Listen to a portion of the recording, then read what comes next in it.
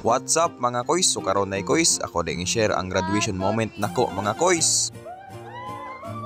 So karon di ay mga koys, nagpractice demi ani para sa among pre-commencement ceremony. Galinya demi ani mga koys, pasulod sa gymnasium. Yang amo na yung kasabay diri sa among pagpractice sa pre-commencement mga koys kay College of Nursing. Kanang kaatbang na mo mga koys muna ang mga mo graduate sa College of Nursing. Tas kini ang mga nasa side mga koys mo puni ang mo graduate sa College of Engineering. Di madalag usa kung tanang colleges mga koys mo paso. Kay perti na mong pagkadagana. Muna ang gibahin ang pre-commencement sa tulo ka adlaw mga koys para malakop tanang colleges. Dayon usa na sa commencement.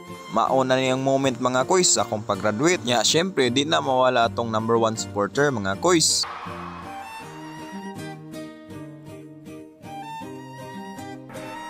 May between John Lloyd Presbitero, cum laude. Dako day kog pasalamat sa akong ginikanan mga koys kay always ko nilang ginasuportaan ug kani karon mga koys nakabuot na ko ang isa ka milestone sa akong kinabuhi. Perte nang hilak-hilak sa akong mama mga koys. Pero ako ani mga koys, mixed emotions, tipot lang para dili mawalang kapugi. Di po day may basta-basta commencement speaker mga koys kay si Ma'am Cara David man mga koys ang hatag na mong inspirational speech. Grabe maka starstruck lagi mga koys, pastang lipaya sa akong mga schoolmate.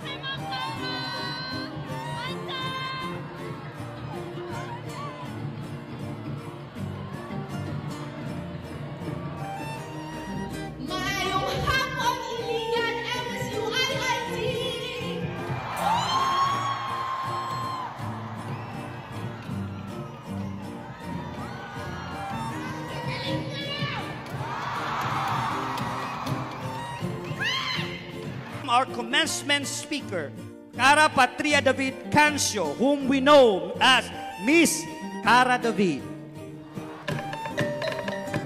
Diyos ko, ang galing-galing naman ng MSU IIT!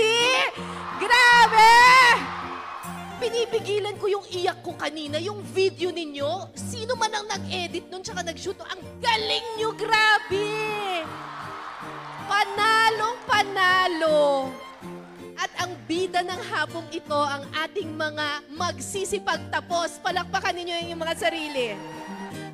Para sa akin kasi, isa sa mga pinakamahirap na speeches ay yung graduation speeches. Bakit? Because we are expected to give words of wisdom. Kahit minsan, pakiramdam ko, kulang pa ako sa wisdom. Marami pa akong hindi nalalaman. 30 years na akong journalist, pero takot pa rin ako sa maraming mga pagbabago sa mundo. I am an assistant professor at the university, pero ako pa rin ay isang estudyante ng buhay. Tulad ninyo, I am still trying my best to navigate the real world. At hindi ko pa rin ito kabisado at marami pa akong dapat matutuhan.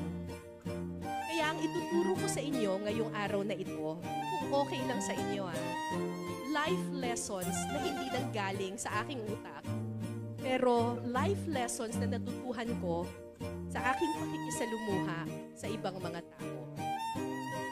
Guwapo kayo ang graduation speech ni Ma'am Cara David mga koys. Kung inyong mapamino ang full video mga koys, makaingon jud po nga why imposible sa kinabuhi kung maningkamot ug naalang gyoy pangandoy. Sa akong 4 years nga pag-eskwela diri sa MSU IIT mga koys, finally nakagraduate na jud ko mga koys, kaluyan sa Ginoo. The best jud ni nga university ang MSU IIT mga koys. Maka-proud nga maghunona nga usa nako sa alumni ni ang eskwelahana.